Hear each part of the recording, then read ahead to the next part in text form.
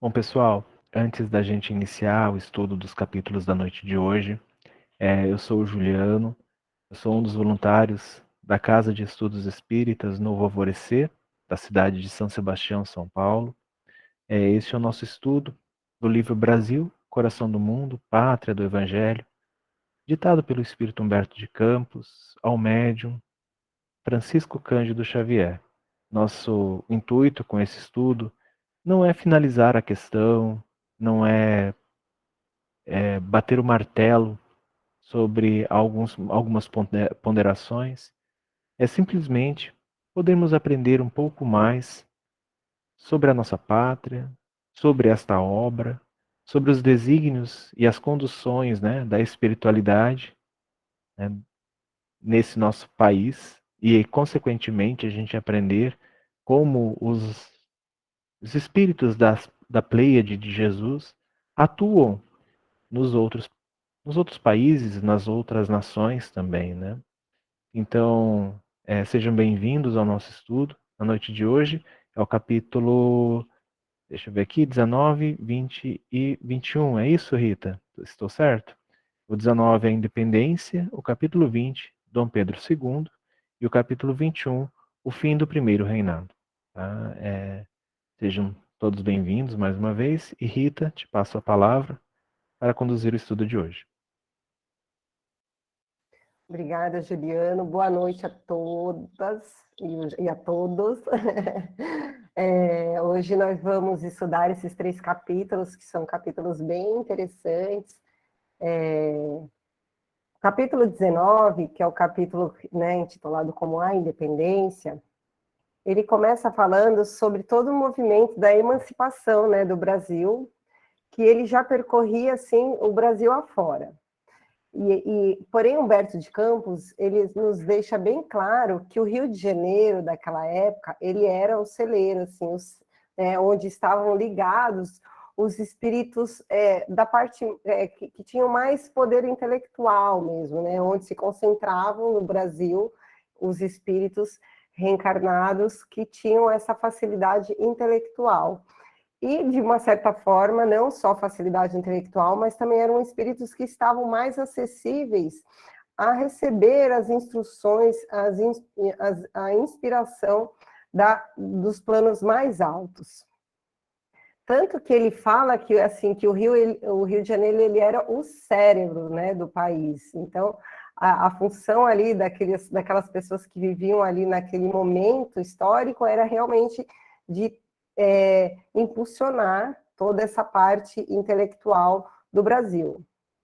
Ele fala que diversas ideias libertárias, né, dominavam a mente, não somente os corações dos espíritos que estavam ali, e que a falange de Ismael aproveitava-se, né, dessa disponibilidade desses espíritos para justamente ir preparando aos moldes do Cristo, que é sempre de forma pacífica, esse processo de independência do Brasil.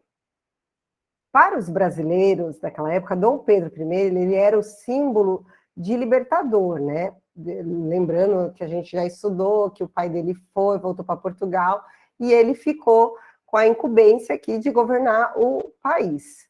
Porém, a gente percebe, né, no relato de Humberto, que Dom Pedro ele se sentia endividado com Portugal, ele não conseguia se libertar desses laços, né, que familiares e laços mesmo com a corte portuguesa. E algo ali dentro, né, do seu íntimo, impedia Dom Pedro de tomar essa atitude de uma forma mais tranquila, mais fácil e mais sensata. Então, Portugal também naquele momento havia enviado ordens expressas para que Dom Pedro retornasse para Portugal. Porém, Dom Pedro, né, conectado, assim, a gente percebe que ele sempre buscava, né, se tranquilizar para saber mesmo que atitude tomar, e ele conectado com as forças do alto, com a falange de Ismael, ele sente-se assim, completamente amparado, né, e falando,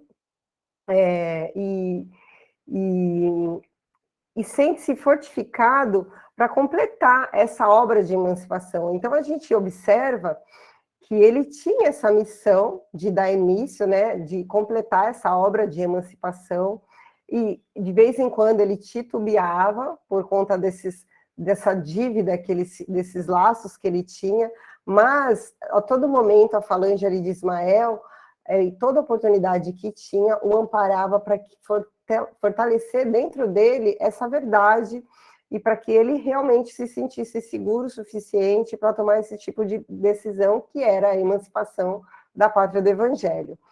Mas o tempo todo ele relembrava as palavras do pai, né? E ele percebe, assim, no seu íntimo, neste momento que ele busca serenar, né, seus pensamentos, o seu coração, que o Brasil já havia atingido, assim, de uma certa forma, uma maioridade, né, uma capacidade de seguir ali os próprios rumos sem essa dependência da coroa portuguesa.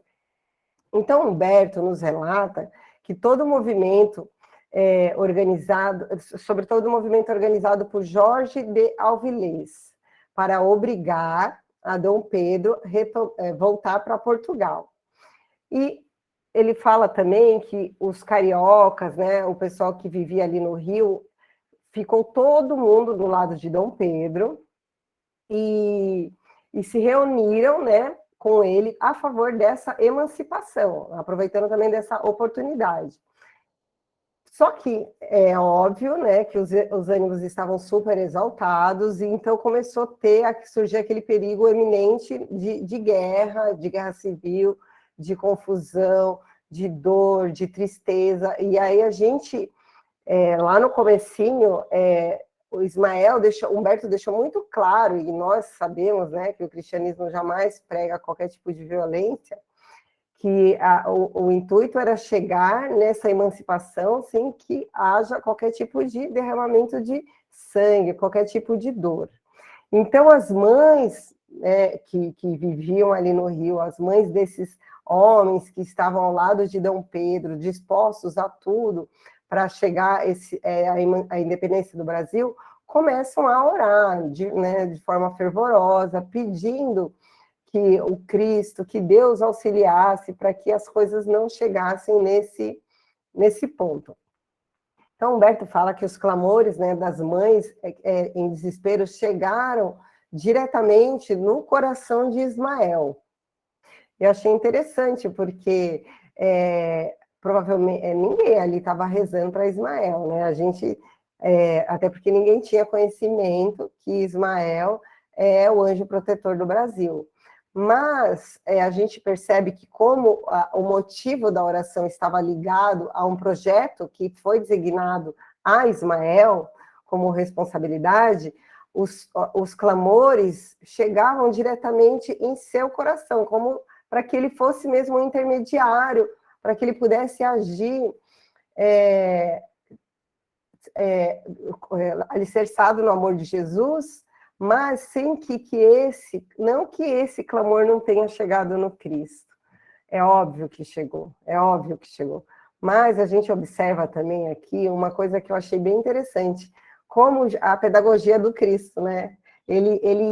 Ismael precisava aprender muito, né? E o quanto que Ismael não cresceu auxiliando Jesus, né, nessa obra da árvore do Evangelho. Então, a gente percebe que jamais Jesus interferiu diretamente. Ele sempre espera o quê? Que Ismael atenda aos recursos, com seus recursos, e quando os recursos de Ismael findam, ele vai e busca o Cristo. E a gente percebe que Jesus utiliza do recurso de jamais ultrapassar por cima, né, dos seus auxiliares. Ele sempre faz com que seus auxiliares façam a reflexão, reflitam qual é a melhor forma de conduzir tal situação. Então, é bem interessante isso. Então, Humberto de Campos fala assim no texto: Ismael acode ao apelo das mães desveladas e sofredoras, e com o seu coração angélico e santificado, penetra as fortificações de Alvilés, e o faz sentir o caráter odioso das suas ameaças à população. Olha que interessante. Ele agiu Ismael diretamente, né, agiu de forma intuitiva e fez com que esse alvilês começasse a refletir sobre as suas atitudes. Só um minutinho, gente, que eu vou dar uma tossidinha.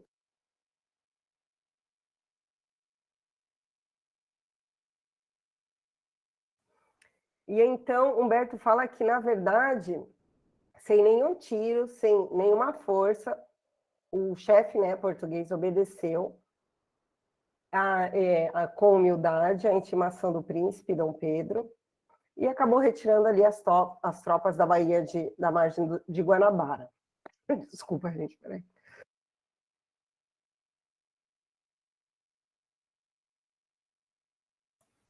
E aí, aproveitando, eu queria chamar a atenção para esse trecho, que é a intervenção. Isso aqui houve uma intervenção direta do alto.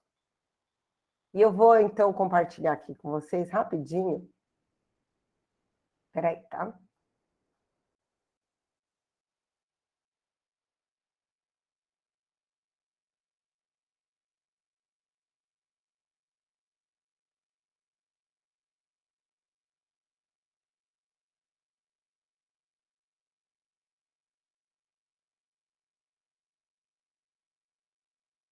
Sempre esqueço como que é, peraí. Vamos lá. Eu achei interessante essa questão da intervenção, porque a gente percebe uma intervenção direta da espiritualidade do alto numa decisão de um perigo iminente, né, de um conflito.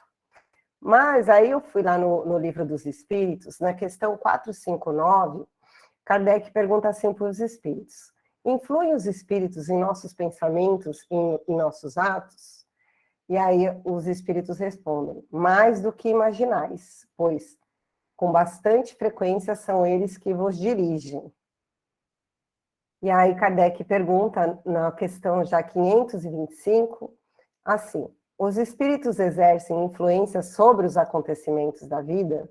Seguramente, pois que te aconselho. Então, né, eles estão sempre nos intuindo, nos aconselhando.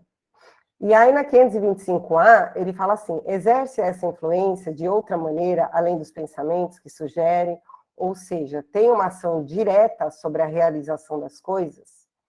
Sim, mas não agem nunca fora das leis naturais. Isso precisa ficar bem claro.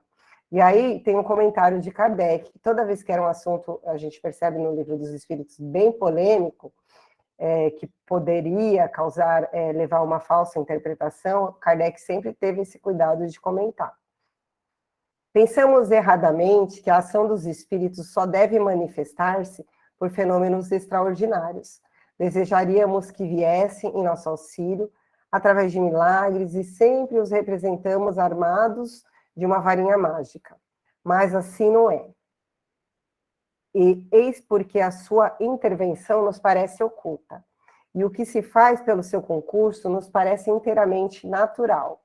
Assim, por exemplo, eles provocarão o encontro de duas pessoas, o que parece dar-se por acaso. Inspirarão alguém o pensamento de passarem por tal lugar, chamarão sua atenção para determinado ponto. Se isso pode conduzir ao resultado que desejam, de tal maneira que é o homem, não julgue seguir senão seus próprios impulsos, conserva sempre o seu livre-arbítrio. Então, isso é muito importante, porque às vezes a gente também tem uma mania de colocar toda a culpa nos espíritos, né? Ai, porque é o meu obsessor, nossa, mas gente, é óbvio, os espíritos estão sempre nos inspirando, mas depende da nossa afinidade. Se nós estamos com uma afinidade ok, a inspiração vai vir do alto, dos nossos mentores. Agora, se a nossa afinidade oscila, está mais para baixo, óbvio que os conselhos, né, as instruções não serão dessa qualidade também, né, dessa vibração de espírito. Pode falar, Gil, por favor. Eu achei bem interessante essa parte do livro, né? A proximidade de Ismael, né, junto a este capitão, fez com que as coisas mudassem, né? É tamanha o poder... Nossa, gente, desculpa, aqui tem um celular do meu lado que não é meu. Ai, gente, como é que para isso aqui? Desculpa. Então, quando os espíritos estão próximos, eles irradiam, né, através de da sua presença, que foi o que aconteceu com Ismael. Eu achei uma coisa interessante nessa parte que você colocou do Livro dos Espíritos. Eu também pensei sobre isso, né? E eu estava refletindo sobre algumas vezes que as pessoas nos veem com espíritas dessa forma, como um turbante na cabeça, principalmente médium. Que o médium tem um turbante na cabeça, que ele vai receber tudo, vamos supor assim, uma ficha completa da espiritualidade sobre um determinado acontecimento, sobre uma determinada pessoa, sobre um determinado aspecto. E não é assim que acontece. Como Kardec deixa bem claro aqui, né? Os espíritos, eles tentam influenciar através dessa aproximação, através de aconselhamentos, principalmente no desdobramento do sono físico, né? Muitas pessoas elas lembram o que acontece no desdobramento, né? Que é o sonho. Claro que existe, isso é um outro aspecto, uma discussão lá para os cursos preparatórios de espiritismo, de interpretação de sonho, sonho, o que acontece no desdobramento, isso não nos cabe aqui. Mas eu achei interessante essa questão do esclarecer, que o Kardec coloca ali no final, esclarecer, deixar bem claro que os espíritos, eles não vão interferir no nosso livre-arbítrio. Tá? Então, assim, não existe uma coisa assim, olha, eu vou chegar lá no médium da casa, ele vai psicografar a receita para minha felicidade. Isso não seria interferir no nosso livre-arbítrio? Né? Falar, olha, faça exatamente isso. Isso não é interferir no livre-arbítrio? O que eu vejo, e eu vi assim como médium das câmaras da cena, né, que eu participo, é sempre os espíritos, né, falando, olha, seria muito interessante se voltar a isso, deixar um pouco o materialismo, aquilo que a gente encontra no Evangelho, só que é lembrado pelos espíritos. Ah, eu quero ir na casa espírita para encontrar algo mágico, algo diferente do que eu encontro no Evangelho. Sinto muito, nós não temos nada desse tipo, né, no Espiritismo, diferente do que a gente encontra no Evangelho. Existe o esclarecimento desses amigos da espiritualidade. Assim como Ismael chegou perto deste capitão e o fez perceber, né, o quão mal ele faria, aquela atitude agressiva poderia fazer.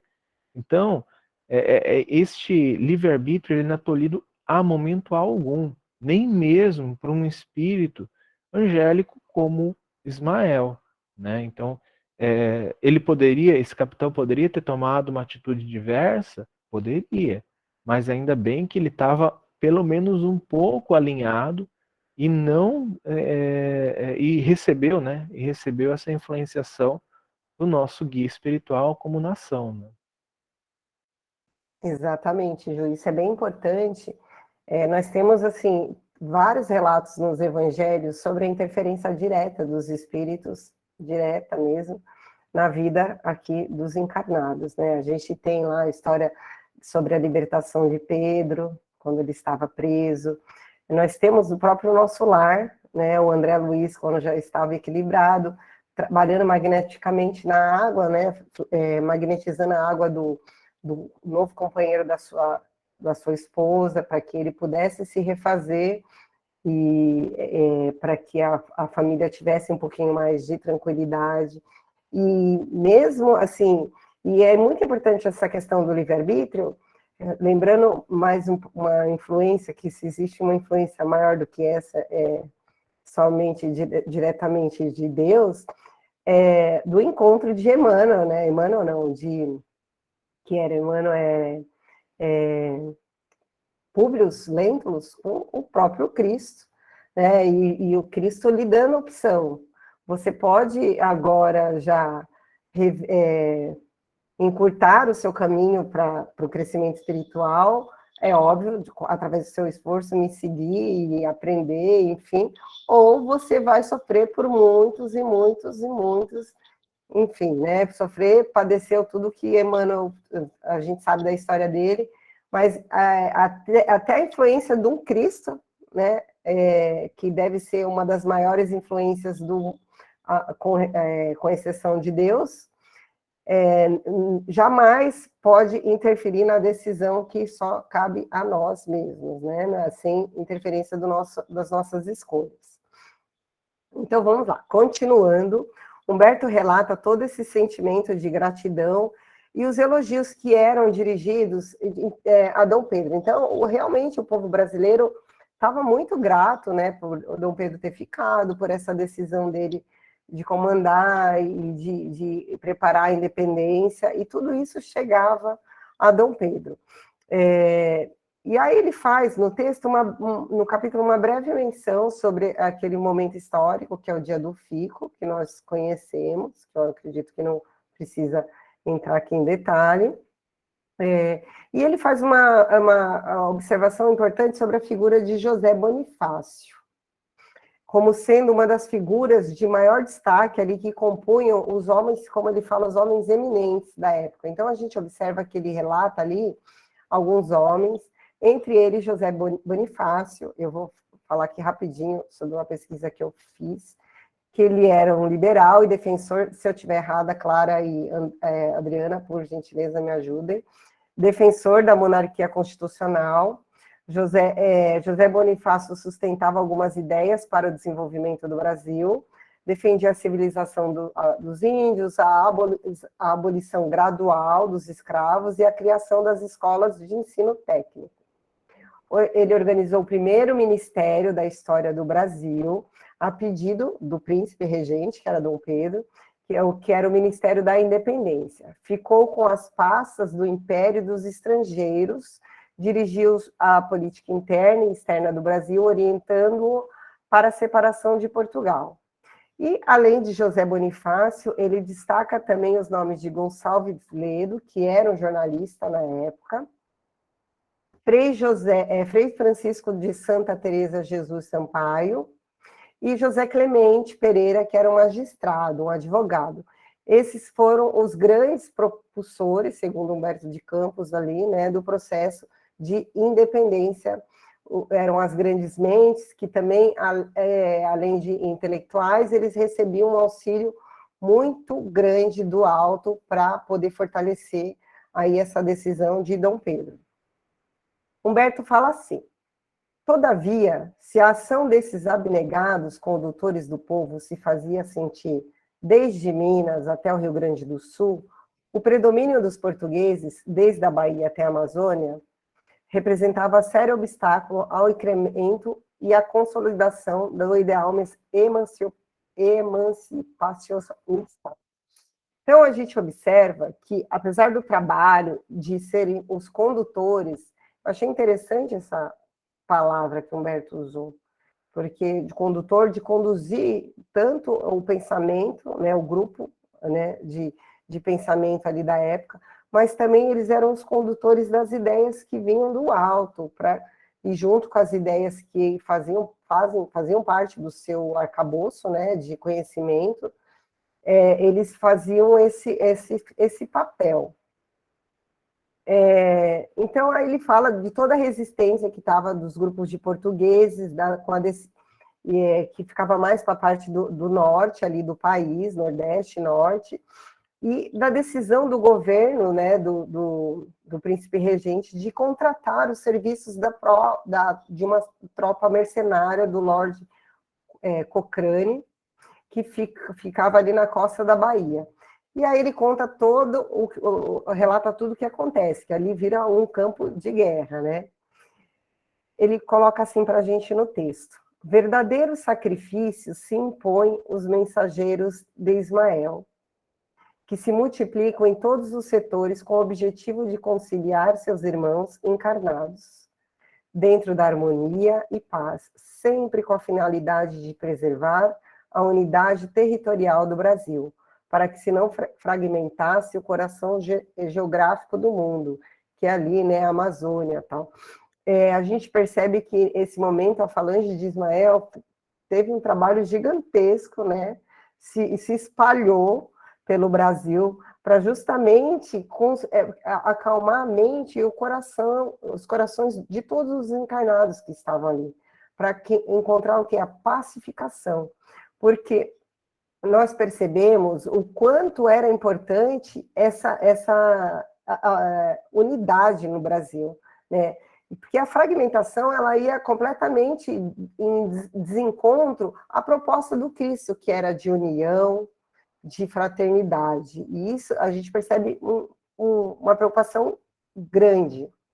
Então, José Bonifácio faz ali o seu papel, aconselha e convence o príncipe em viajar, né, fazer uma viagem pelo Brasil, justamente para reconquistar laços, aquela coisa que a gente sabe que os políticos fazem até hoje, né, formar aliados, e para que também o povo sentisse que ele estava um pouco mais próximo. E assim faz Dom Pedro. Ele vai a Minas e depois segue a São Paulo, onde é recebido, segundo Humberto de Campos, pelos bandeirantes com entusiasmo. E aí eu separei aqui o trechinho do texto que ele fala assim: enquanto há músicas e flores nos teatros e nas ruas paulistas, comemorando o acontecimento, as falanges invisíveis se reúnem no colégio de Piratininga. Gente, isso é no colégio de Piratininga, no plano astral, tá? Toda a obra, toda a instituição que é construída aqui na Terra, com um propósito maior, ou principalmente que vem, né, de uma ordem, de um programa, de um pedido do Cristo, ela já está construída muito antes no plano astral. Então, esse encontro é lá, e normalmente eles ficam mesmo no mesmo, vamos dizer assim, aqui está o Colégio Piratininga em São Paulo, e aqui em cima, no plano próximo, que não é distante não, no plano astral, mas ligado a esse colégio, está o Colégio de Piratininga no mundo astral. Então, rolou um conclave ali espiritual, que quem estava direcionando era Ismael.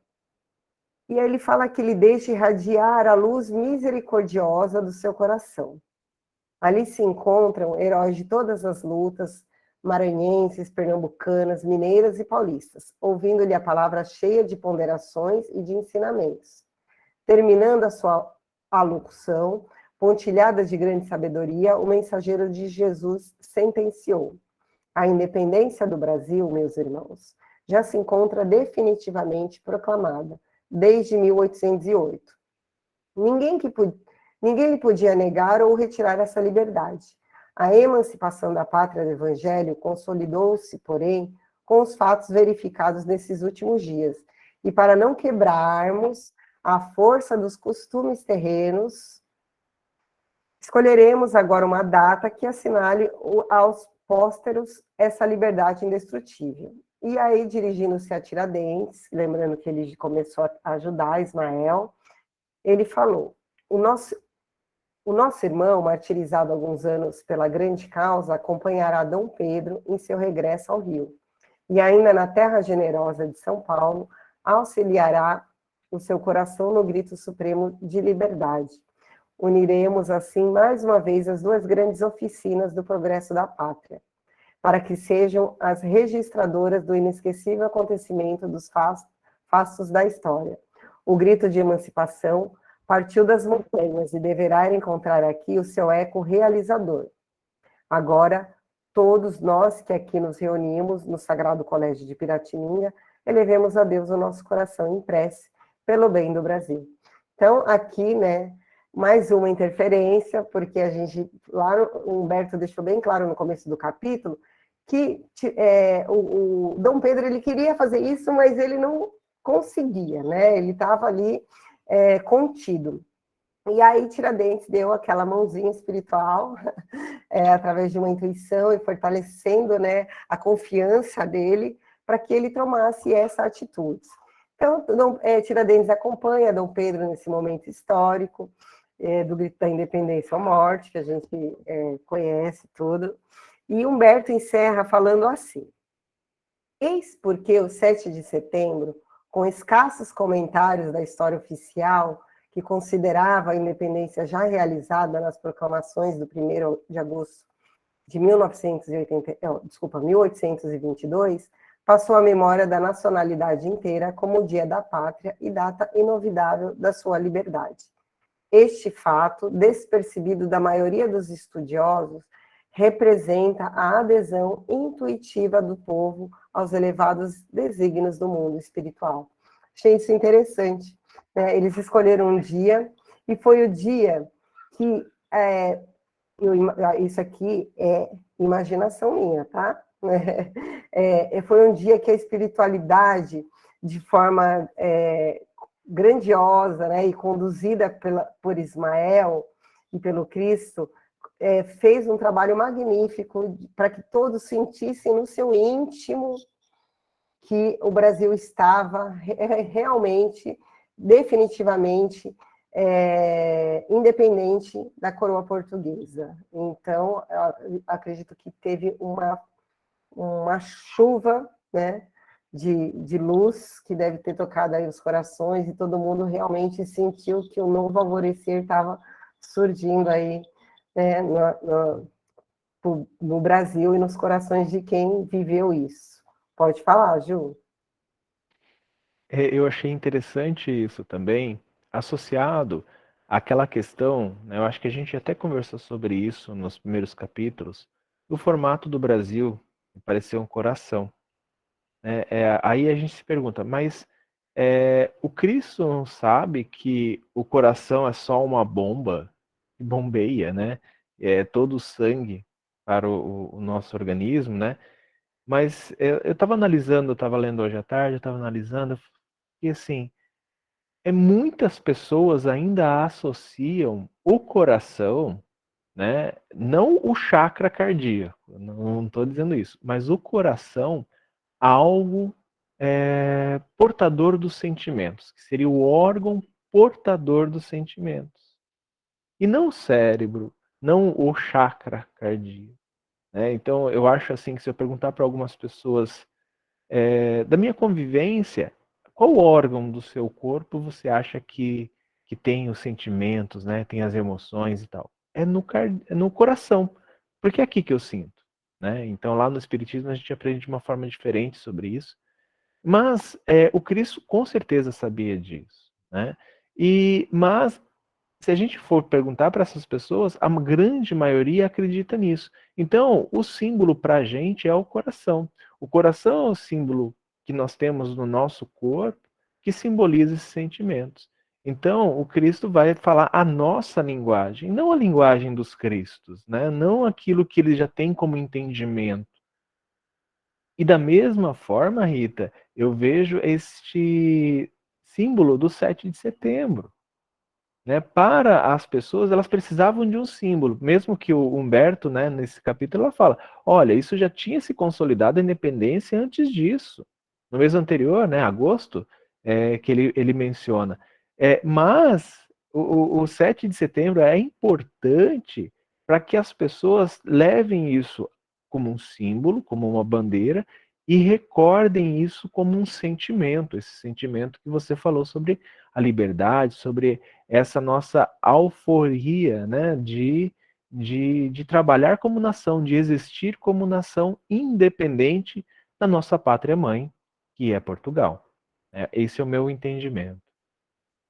Então, sim, muito bem colocado, né? O Cristo, quando na Terra, era o utilizador máximo das simbologias e das metáforas, enfim. E nós somos mesmo bem apegados à simbologia, né, aos ritos ainda. Então, realmente, ele precisa nos ensinar com o que ele tem, né, com o que nós podemos alcançar. Né? Então, a didática de Jesus é sempre realmente de retirar o máximo do que nós podemos alcançar. Então, a gente precisa desses símbolos mesmo, e a simbologia do coração mesmo, a gente sabe, conforme a gente vai estudando, a gente sabe que realmente é só um símbolo, mas, né, muitos de nós ainda temos essa dificuldade de nos libertarmos dessa simbologia, mas não tem nada de errado isso, né? Cada um no seu tempo. Vou passar para o capítulo 20. Alguém gostaria de acrescentar alguma coisa, de perguntar alguma coisa? Posso falar sobre Dom Pedro II, em homenagem ao meu cunhado. Piada interna. Vamos lá. Então, vamos começar a falar de Dom Pedro II. Após a proclamação, né, do Brasil, Ismael vai... após a independência, né, do Brasil, Ismael vai até o Cristo para que ele o auxilie ali na organização política e social da pátria, né? Ismael pensou, agora eu preciso de, né, alguém que tenha mais experiência para me ajudar. Alguns meses já haviam decorrido, né, desde a consolidação da emancipação, e os corações, né, do povo ali, de modo geral, estavam cheios de esperanças, porém o momento ele era de bastante dificuldade, principalmente no campo de organização estatal mesmo, de organização como país. E aí eles falam do episódio, lembrando que José Bonifácio tinha, né, feito a primeira assembleia, né, tinha feito no Brasil, e aí Humberto ele relata sobre a dissolução dessa Assembleia Constituinte, que também é conhecida na nossa história, de uma pesquisada bem superficial, porque o intuito do nosso grupo não é, né, se aprofundar na parte histórica. Ela é conhecida como a Noite da Agonia, que provocou o exílio, né, de alguns brasileiros, daqueles brasileiros que nós, a maioria deles que nós falamos lá no capítulo 19, brasileiros que eram notáveis, que auxiliaram Dom Pedro I na emancipação do Brasil. Essa dissolução da Assembleia foi feita pelo próprio Dom Pedro I, e, de certa forma, prejudicou bastante a imagem dele, né, na história, no tempo, e aqui no Brasil. Só falando rapidinho, a Constituição Política do Império do Brasil, que é a Constituição de 1824, foi a primeira Constituição do Brasil ortogada em 25 de 1824 e revogada em 24 de fevereiro de 1891. Vigente o período do Brasil Império, ela foi uma Constituição do tipo ortogada, isso é, imposta unilateralmente pela vontade do imperador Dom Pedro, que a encomendara ao Conselho do Estado. Dom Pedro havia dissolvido a Assembleia Constituinte um ano antes, em 1823, e por meio da Constituição de 1824, impôs o seu próprio projeto político ao país. O mesmo Dom Pedro viria a ortogar em Portugal, depois, né, a Carta Constitucional do dia 29 de abril de 1826, inspirada no modelo brasileiro. Então, a gente percebe que Dom Pedro, sentindo-se um pouco ameaçado por conta da organização lá que José Bonifácio e os outros fizeram, sentindo que ele sempre se sentiu estrangeiro, né, aqui no Brasil. Eles começaram a organizar de uma maneira que não podia ter muita influência de políticos, de pessoas que vinham de Portugal, enfim, política, né? Aí ele se sentindo meio ameaçado e, querendo ou não, ele era o que governava, ele, de uma forma unilateral, foi lá e acabou com tudo, não quero mais brincar disso, agora ele é o dono da bola e resolveu do jeito dele. Só que esse jeito causou uma estremecida aí na relação do imperador com o povo brasileiro.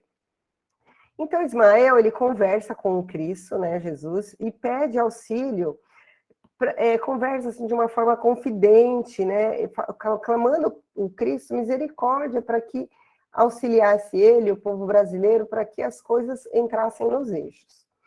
Então, Humberto, ele relata assim: considerou o Senhor a necessidade de polarizar as atividades do Brasil, num centro de exemplos e de virtudes, para modelo geral de todos. Então, Jesus pensou assim, olha, que audácia, tentando imaginar o pensamento do Cristo. Bom, Jesus falou assim, eu preciso de alguém que seja um modelo, porque a imagem de Dom Pedro I deu uma prejudicada. Então, agora eu preciso de alguém que seja realmente um modelo de virtude, que, né, a gente conhecendo a história, sabe que foi para muitos mal interpretado, tinha os problemas como todos nós temos, mas como governante, né, foi um excelente governante. Então, ele chama quem? Longinos. Chama Longinos para sua presença e falou com bondade. Deixa eu só ver uma coisinha aqui, gente, que agora eu pensei numa coisa e fiz outra. E aí, antes da gente falar sobre Longinos, eu vou falar, exatamente. Eu ia montar um slide, mas enfim, acho melhor, vou dar umas lidinhas aqui. Não sei se todos sabem quem foi Longinos, né? Mas existe, assim, pouquíssimos relatos mesmo acerca da vida desse, que ele foi um soldado romano, que fez o quê? Perfurou Jesus durante a crucificação. Eu até pensei em colocar a imagem, mas aí toda vez que eu vejo aquela imagem, eu lembro, né, da instrução de que Emmanuel fala que a gente não deve se apegar na imagem do Cristo crucificado, que a gente precisa lembrar dele feliz, né? Então eu falei, não vou pôr essa imagem. Longínus foi aquele soldado que nós sabemos que perfurou o Cristo com a sua lança. O nome dele era Longinos, e ele tinha um problema muito sério, um problema ocular muito sério, no qual dificultava a sua visão. E para que ninguém percebesse, porque ele era um soldado romano, centurião, que ele tinha esse problema de visão, ele fazia o quê? Ele fazia o seu trabalho como soldado de uma forma excelente. Era sempre o que lutava melhor, não tinha medo, tinha uma destreza, uma velocidade muito grande, com a sua famosa lança. E com o passar do tempo, perto ali de se aposentar, ele foi enviado para Jerusalém. Então, ele não trabalhava lá em Jerusalém, para seu último serviço como comandante da guarda. Então, o comandante, ele era um centurião mesmo. Seu nome, como eu falei, né, é Longinos, que deriva do latim, que significa uma lança. E é referido como tendo sido soldado romano que perfurou a lança, aí isso está em João, capítulo 19, 34. Ou um centurião, como também está em Mateus, que fala que na crucificação reconheceu Jesus como Filho de Deus. Isso está em Mateus 27, 54, 15, 39 e em Lucas 23 e 47. Mas, enfim, só para que vocês entendam a história. Durante o percurso ali do Calvário, Longínios e alguns outros homens, né, tanto cidadãos romanos, como também soldados e o povo do Sinédrio, eles escutaram o pessoal do Sinédrio, ali, os juízes, comentar sobre quebrar os joelhos de Jesus. Por quê? Porque nas profecias, tanto no Êxodo como nos Salmos, elas diziam que o Messias ele não teria nenhum osso quebrado. Era uma das profecias. Então, a ideia do Sinédrio era o quê? Quebrar os ossos de Jesus para provar que ele não era o Messias. E também tinha um outro fato que era importante. Jesus, ele era judeu. E era uma sexta-feira. E não podia ficar sem... Ele tinha que morrer logo, não podia chegar no Shabat e ainda estar nesse processo de quase morte. E todos nós sabemos na história que Jesus demorou bastante, né, para desencarnar, ficou lá sofrendo bastante. E assim, o combinado era o quê? Quebrar os joelhos e os ossos para que a sua morte fosse rápida e que a profecia não fosse cumprida. Longínios, escutando a tal conversa, ficou assim completamente triste e indignado com a perversidade do Sinédrio. E contra um homem que eles, se a gente for ver, Roma não tinha nada, e principalmente os soldados, eles consideravam Jesus humilde, pacífico, né, não tinha problema nenhum. E o que ele fez? Sem ter realizado... então, no momento que iam lá para quebrar os ossos dos crucificados, não era só de, né, de Jesus, dos outros também. Longínquos vai até Jesus, e assim, segundo para confirmar que ele estava morto, e segundo outros, para realmente fazer com que ele morresse logo, enfiou a lança né, no tórax, aqui na região, na verdade, dos pulmões do Cristo. E quando ele perfurou com a lança, o sangue do Cristo atingiu seus olhos e ele acabou se curando do problema que ele tinha na visão. E que é o momento que ele fala, este realmente era o Filho do Senhor, de Deus. Essa passagem é bem interessante, ela está no Evangelho de João, no capítulo 18, versículo 31 a 37. João, ele fala sobre essa profecia, que é nenhum osso lhe será quebrado. E na outra escritura ainda ela diz assim, além de falar que nenhum osso do Messias ia ser quebrado, a outra profecia, ela fala justamente desse momento, dessa coisa, dessa participação, vamos dizer assim, de Longínquos. Ela fala assim, olharão para aquele que transpassaram. Porque quando acontece isso com Longínquos, na hora, toda a atenção vai para ele. Porque ele fica assim, né, surpreso, e ele fala, verdadeiramente, esse homem era filho de Deus. Enfim, ele se cura, se converteu, abandonou o exército romano, fugiu, saiu para Cesareia, porque também não é igual hoje, não é só pedir demissão e ir, né? Fugiu para Cesareia, e depois foi para Capadócia, que é a Turquia atualmente, mas foi descoberto pelo governador da Capadócia, que o denunciou para Pôncio Pilatos. E no processo foi acusado como desertor, foi condenado à pena de morte, e que se ele renunciasse, como ele era um cidadão romano, se ele renunciasse à fé em Jesus Cristo, ele seria perdoado. Mas ele manteve-se firme, não renegou a Jesus, e por isso foi torturado, teve os dentes arrancados, a sua língua cortada, e depois foi decapitado. E aí, muitos anos depois, Longínquos foi canonizado pela Santa Igreja, né, pela Igreja Católica, no ano de 999, pelo Papa Silvestre II, e tendo recebido o nome de São Longuinho também, que hoje em dia as pessoas ficam pulando e pedindo pelas coisas que desapareceram. Não sei o que isso tem a ver, eu acabei não pesquisando. Enfim. E aí, vamos voltar lá. Ju, quer complementar alguma coisa? Se alguém também souber de mais alguma informação. Então, vamos lá. Pode falar, Adriana.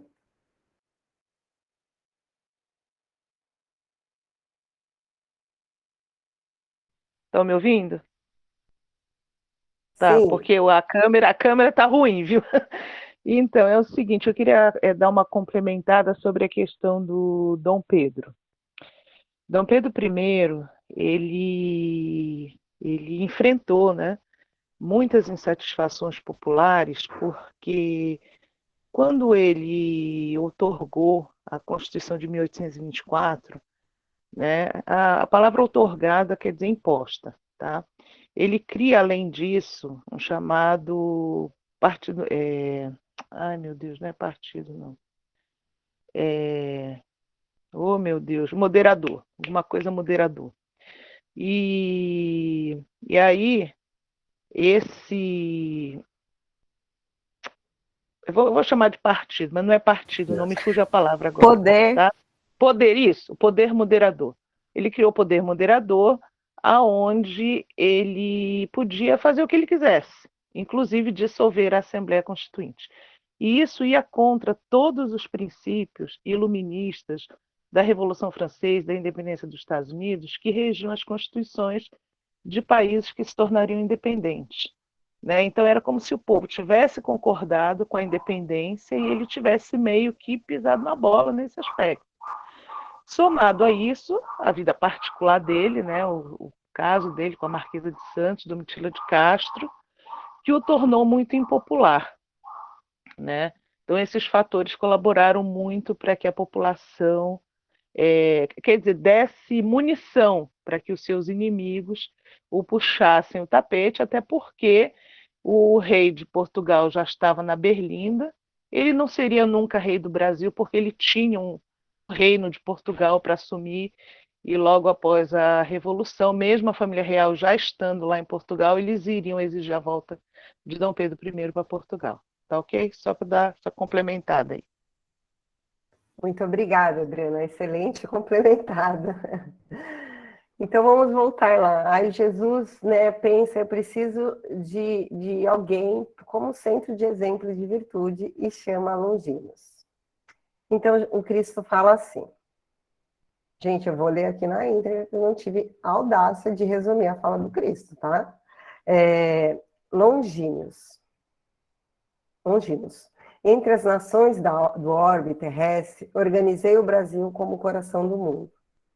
Minha assistência misericordiosa tem velado constantemente pelos seus destinos e, inspirando a Ismael e seus companheiros do infinito, consegui evitar que a pilhagem das nações ricas e poderosas fragmentasse o seu vasto território, cuja configuração geográfica representa o órgão do sentimento do planeta, como um coração que deverá pulsar pela paz indestrutível e pela solidariedade coletiva, cuja evolução terá de dispensar, logicamente, a presença contínua dos meus emissários para a solução dos seus problemas de ordem geral. Fazer uma pausa aqui rapidinho. Eu achei isso bem interessante, né? Ele volta naquela questão lá que o Ju falou sobre o símbolo, mas ele fala aqui que nosso papel é justamente de trabalhar a solidariedade, né, de uma forma coletiva. Esse é o papel fundamental dos espíritos que estão vivendo no Brasil. E que é óbvio, logicamente, isso nos traz até um consolo no coração, que esse trabalho, ele não dispensará o quê? A presença contínua dos emissários do Cristo reencarnado na Terra, até que nós não tenhamos mais tantas dificuldades. Então, promessa de Jesus, segundo Emmanuel, de tempos em tempos, sempre tem aqui a gente só está falando de Longínquos, né? Mas pensando nos 12 escolhidos, os primeiros 12, sempre tem um apóstolo reencarnado na Terra. Porque precisa? Não, nós que precisamos, para ser exemplo mesmo, e para levar uma multidão para o progresso. Bem sabes que os povos têm a sua maioridade, como os indivíduos, se bem não os percam de vista os gênios tutelares do mundo espiritual. Faça mister se lhes outorgue toda a liberdade de ação, a fim de que aferirmos o aproveitamento das lições que lhes foram prodigalizadas. Então, assim, a partir do momento que você atinge um progresso, né, uma maioridade, tanto como indivíduo como nação, a gente também tem que arcar com as consequências e começar a aprender as lições que vão vindo. Sente-se, aí ele pergunta se ele, né, se Longínquos sente no coração dele fortalecido para a missão dessa pátria do Evangelho, e aí Longínquos responde: Senhor, no misto, né, bem conheceis o meu elevado propósito de aprender as vossas lições divinas e de servir a causa das vontades sublimes. Na face triste da terra, muitas existências de dor tenho voluntariamente experimentado, para gravar no íntimo do meu espírito a compreensão do vosso amor infinito, que não pude entender ao pé da cruz dos vossos martírios do Calvário, em razão dos espinhos da vaidade e da impenitência que sufocavam naquele tempo na minha alma. Então aqui ele já fala para a gente que depois daquilo, ele reencarnou muitas vezes, outras vezes, sofrendo, né, algumas lições, passando por algumas dificuldades, mas justamente para poder mesmo se aprimorar. Assim é com indivisível alegria, Senhor, que receberei vossa incumbência, para trabalhar na terra generosa, onde se encontra a árvore magnânima da vossa inesgotável misericórdia. E aí ele fala que, independente do gênero de trabalho, ele aceita. Então Jesus fala, pois bem, essa missão, preste bem atenção no que eu vou falar, porque existem muitas especulações, fulano de tal era Dom Pedro II, ciclano. Gente, presta atenção. Essa missão, se for bem cumprida por ti, constituirá a tua última romagem pelo planeta escuro da dor e do esquecimento.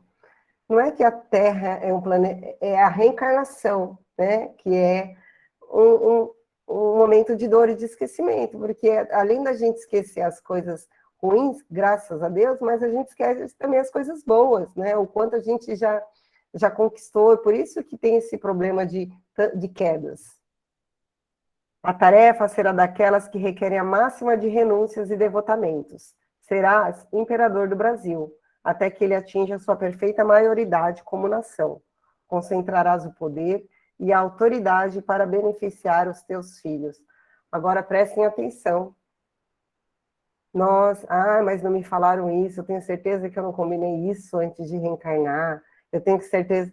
Olha que ele fala para Dom Pedro II. Não é preciso encarecer aos teus olhos a delicadeza e a sublimidade deste mandato, porque os reis terrestres, quando bem compenetrados nas suas elevadas obrigações diante das leis divinas, sentem nas suas coroas efêmeras um peso maior do que as algemas dos forçados. A autoridade, como a riqueza, é um patrimônio terrível para os espíritos inconscientes dos seus grandes deveres. Volta um pouquinho, achei que era uma outra parte. Aqui, no próprio livro dos Espíritos, e eu também no Evangelho, se não me engano, é o Espírito de São Luís, ele fala sobre o quanto a riqueza e a autoridade é difícil, é uma missão, uma das mais difíceis para o espírito reencarnado, porque é muito mais fácil você, quando você tem poder e quando você tem dinheiro, você cair, né? É muito mais fácil, porque é muito mais fácil você ser, vamos dizer assim, caridoso, compreensivo, quando você está na dificuldade. Gente, não adianta a gente se iludir e achar que não. Mas quando você não passa dificuldade do campo financeiro, do campo material, e quando você tem o poder, gente, a gente controlar essa a nossa vaidade é muito difícil. Dos teus esforços se exigirá mais do que meio século de lutas e dedicações permanentes. Inspirarei as suas atividades, mas considera sempre responsabilidade que permanecerá nas tuas mãos. Então, eu vou te inspirar, mas a responsabilidade pelos atos serão sempre sua.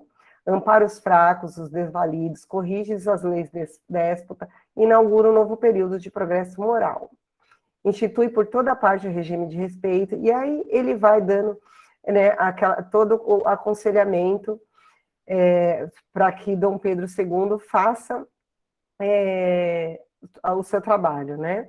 Para que ele jamais, para ele guardar a espada na bainha, fisicamente considerados toda a nação, então, enfim. Procure aliviar os padecimentos. Bom, aí vamos lá. Contudo, não, peraí, que eu quero achar a parte importante.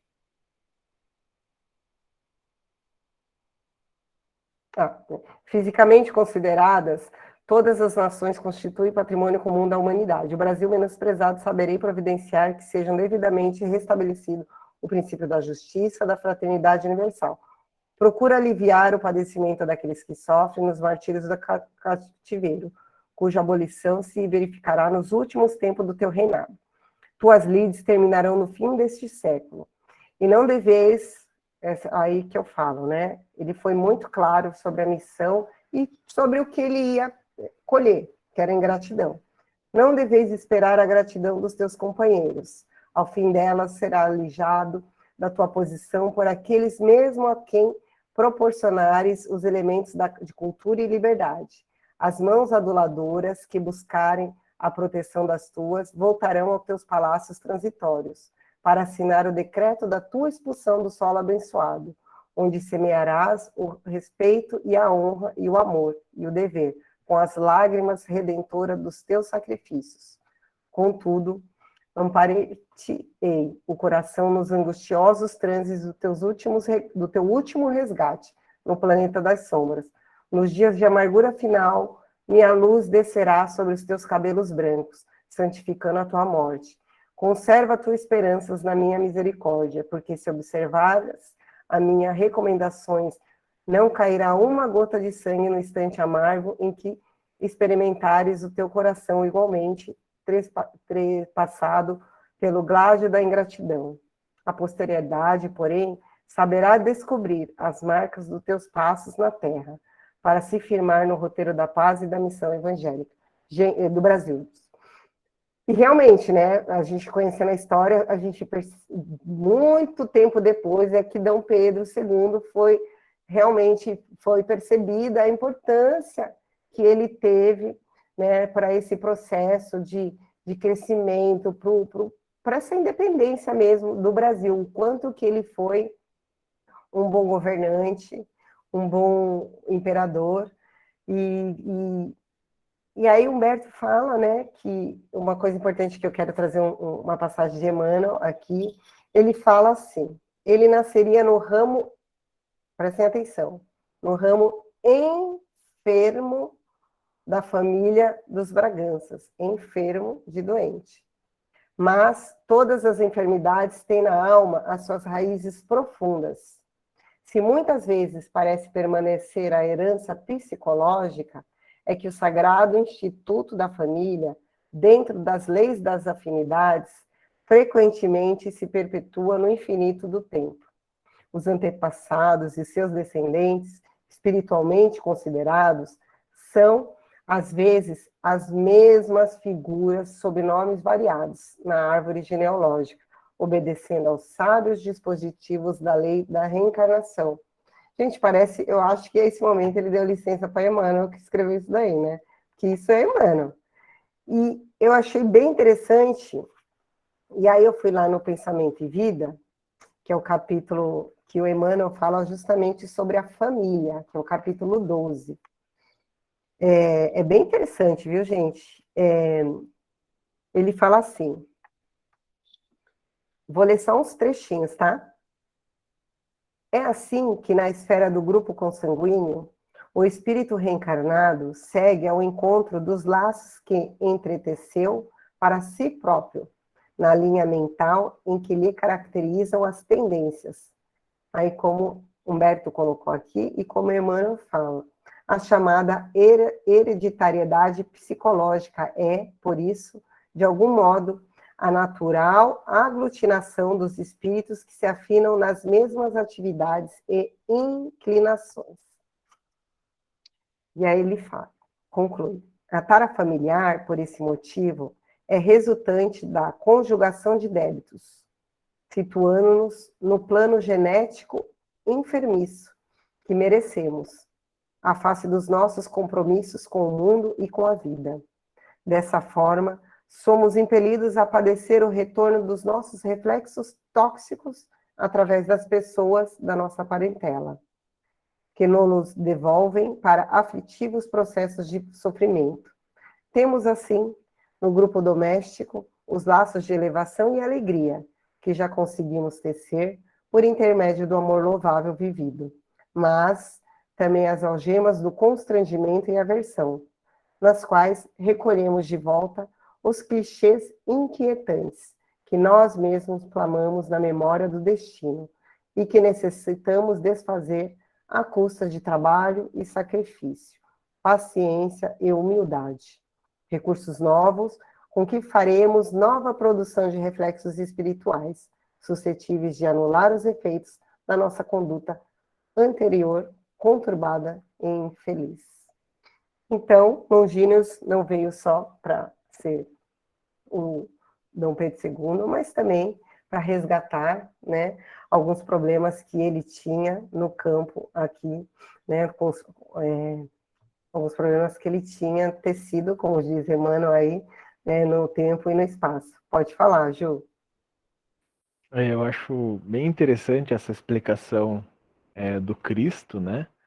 Relatada por Humberto de Campos, porque muitas vezes nós observamos isso na casa espírita, né? A pessoa fala assim, nossa, parece que é uma maldição da minha família.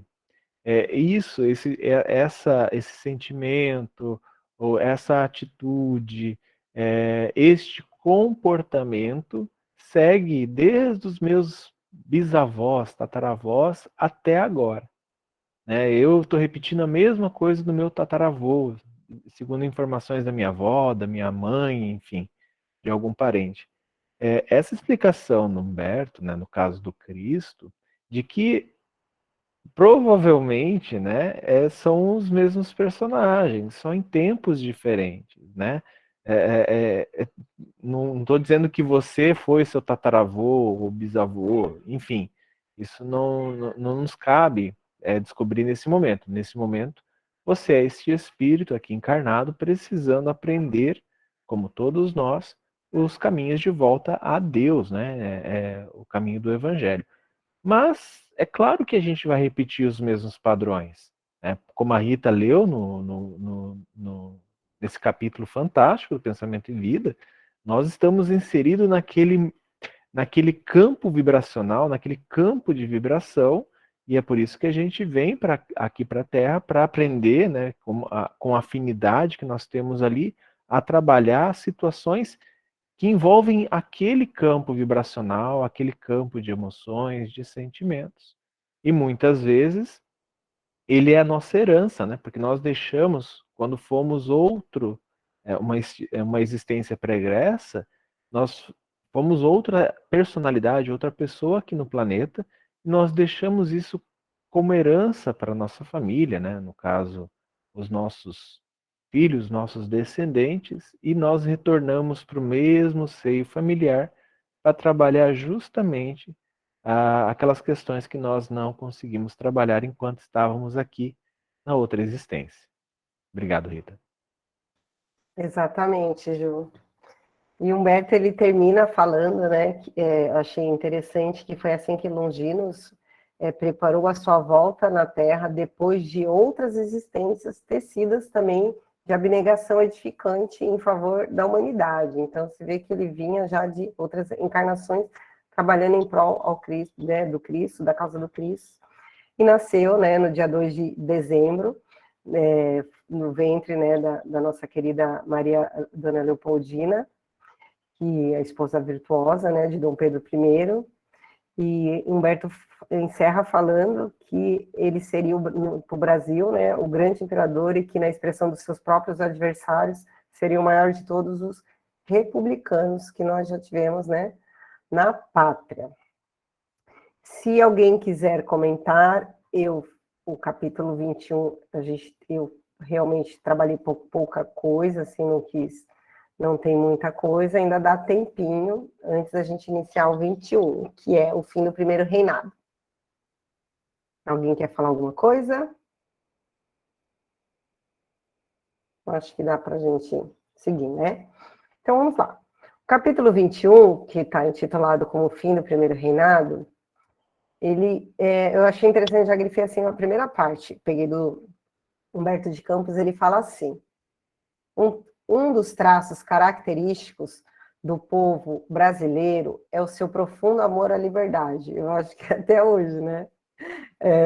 Aí eu fiquei pensando, lembrando de quem, né? Foram os espíritos que foram convocados por Ismael para reencarnarem aqui. Então, eram espíritos mesmo que provocaram uma certa...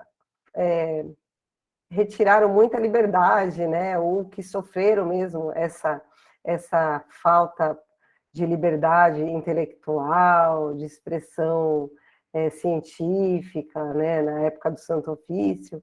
Enfim, eram espíritos que, de alguma forma, tinham essa questão da liberdade, sim, para trabalhar. Então, a gente percebe o porquê que o povo brasileiro é um povo que está sempre em busca dessa liberdade, e parece que é uma coisa que nunca sacia, parece que a gente sempre se sente preso. Né? Eu estou falando por mim, tá, gente? Porque isso é um sentimento muito nato em mim. Eu já relatei, eu não acredito que até para o Juliano, já lá na casa, Gente, eu tenho tanta liberdade, eu tenho um marido que me dá toda a liberdade do mundo, eu não tenho nenhum problema com falta de liberdade, mas eu me sinto presa, né? Então, quando eu li isso, eu comecei a dar risada. Eu falei, gente, olha isso. Mas vamos lá. A largueza da terra, o infinito dos horizontes, dilataram sentimentos de emancipação em todas as almas chamadas a viver sob a luz do cruzeiro. Desde que se esboçaram os primeiros movimentos nativistas, a mentalidade geral do Brasil obedeceu a este nobre imperativo de independência e ainda hoje, todas as ações revolucionárias que se verificam no país, lamentavelmente embora, né, trazem no fundo esse anseio de liberdade como seu móvel essencial. Então, nossa, me identifiquei muito com isso. A atitude de Dom Pedro, né, primeiro, voltando lá, que resultou na dissolução da Constituição, repercutiu, né, no espírito geral do povo brasileiro. E por mais que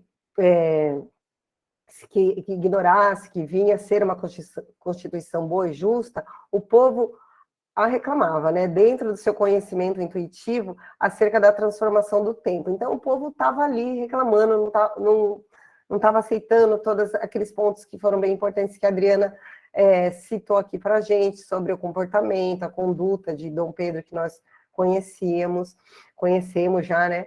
E nós percebemos que, apesar, assim, do esquecimento, que a reencarnação, que ela provoca em todos nós, como espírito eterno, no nosso íntimo, né, nós temos adquirido essas outras experiências, e principalmente a gente sabe, no nosso íntimo, o que é bom, o que é ruim. Então, quando eu acredito que o Humberto de Campos quis falar dentro do seu conhecimento intuitivo, é isso. A gente sabe no nosso íntimo, e como também sabia Dom Pedro, que ele não estava no momento bom, né? Que ele não estava indo por um caminho bom, que a sua história aqui não ia terminar de uma maneira bacana. Então, Humberto ele faz um breve relato sobre todo o estado psíquico e emocional que se encontrava Dom Pedro I, e que apesar das suas paixões, das suas fraquezas como homem, que apesar desses poréns todos, ele tinha uma grande habilidade política, e que poucos foram os estudiosos que reconheceram essa capacidade que ele tinha de empreender, e o quanto ele auxiliou aí o Brasil de uma forma né, concreta.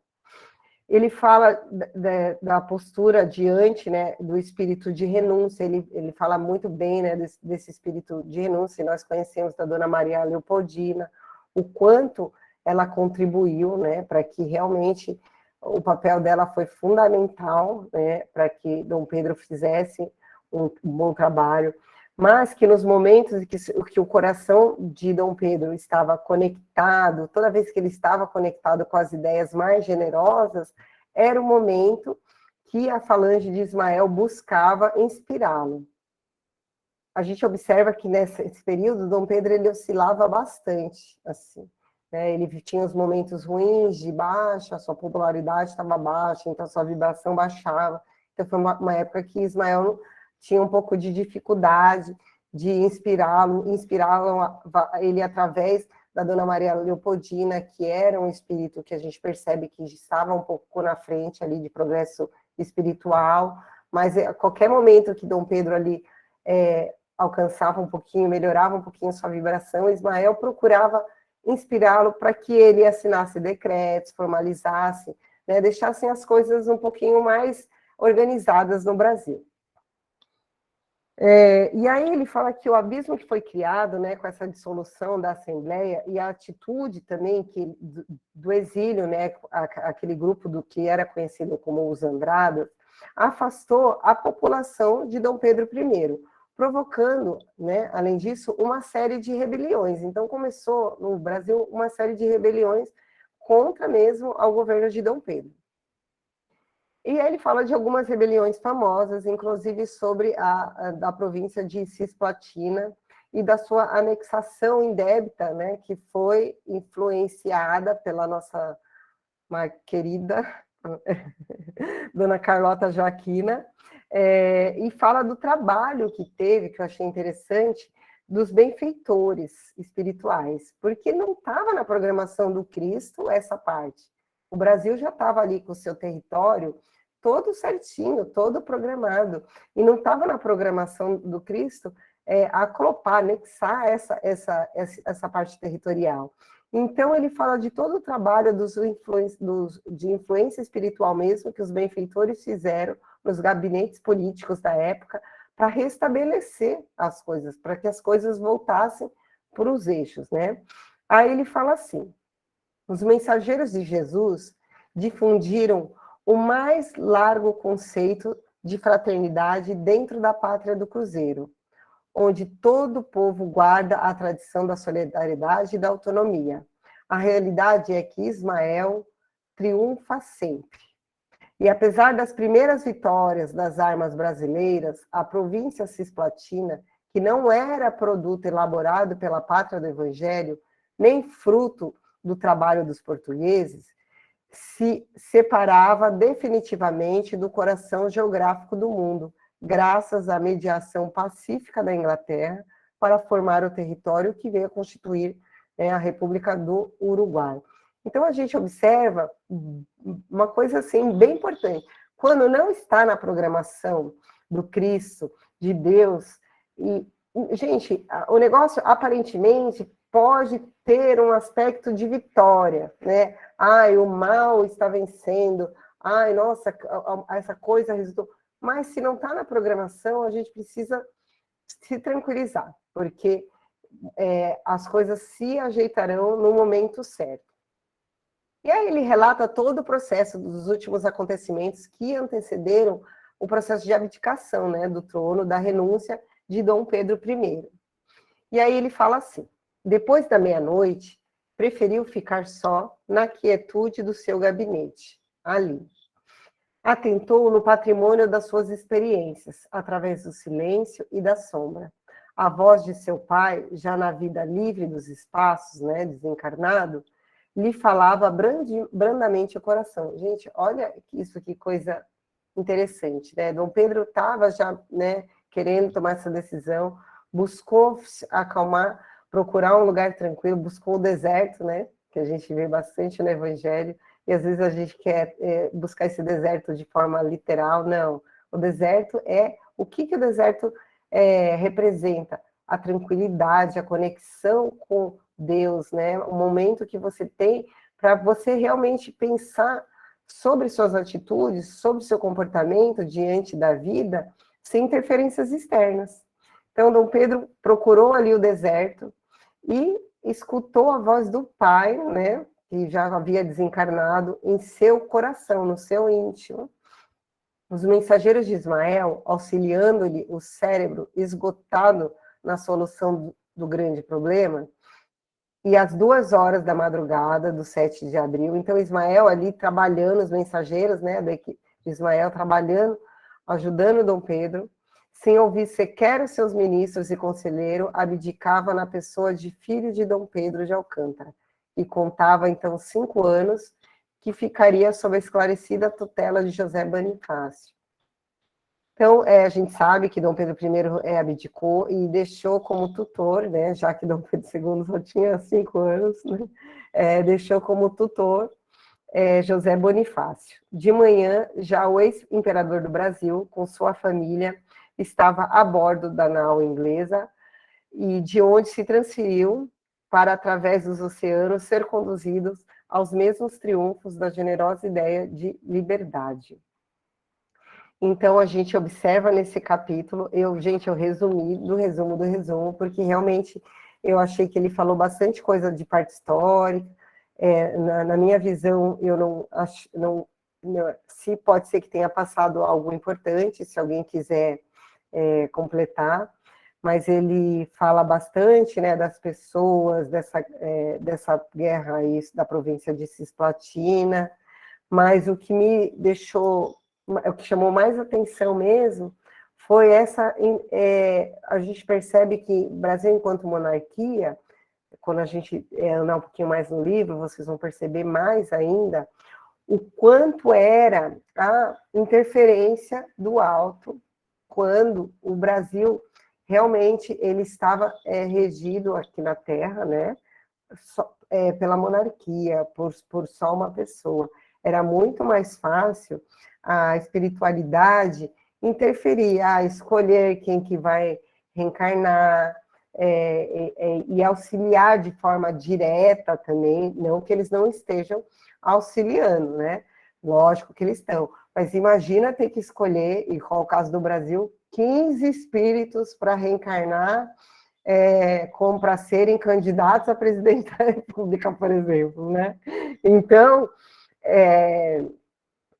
conforme a gente atinge a maioridade, a gente também, teoricamente, a gente percebe que na prática é um pouquinho diferente, teoricamente, nós já estaríamos aptos, né, a escolhermos sem grandes interferências do alto. Mas a gente percebe que na prática as coisas são um pouquinho diferentes, né, que a gente ainda faz muita atrapalhada, e por isso que estamos, né, na situação que estamos, mas para aprender. O capítulo 21 é isso que eu achei de mais importante, essa conexão de Dom Pedro I, antes da abdicação, o quanto ele se sentiu envolvido pelo espírito do pai, que já havia desencarnado, e o trabalho da falange de Ismael, para que realmente ele pudesse ter clareza para tomar uma decisão, a decisão que era necessária naquele momento. A gente observa, por mais estranheza que pareça, nossa, ele deixou uma criança, seu filho, com 5 anos, né, que não sei, gente, para a gente hoje, assim, se fala, meu, que absurdo. Mas a gente não percebe que nenhuma menção aqui de Humberto de Campos falando que ele tomou uma decisão precipitada, ou que ele tomou uma decisão, enfim. Então, a gente percebe que a espiritualidade não interfere na decisão dele, mas faz o trabalho para que ele se sinta fortalecido, para que ele exerça seu livre-arbítrio e decida o que é melhor para ele e, consequentemente, para o Brasil. É isso, a gente tem alguns minutinhos, se alguém quiser fazer alguma observação.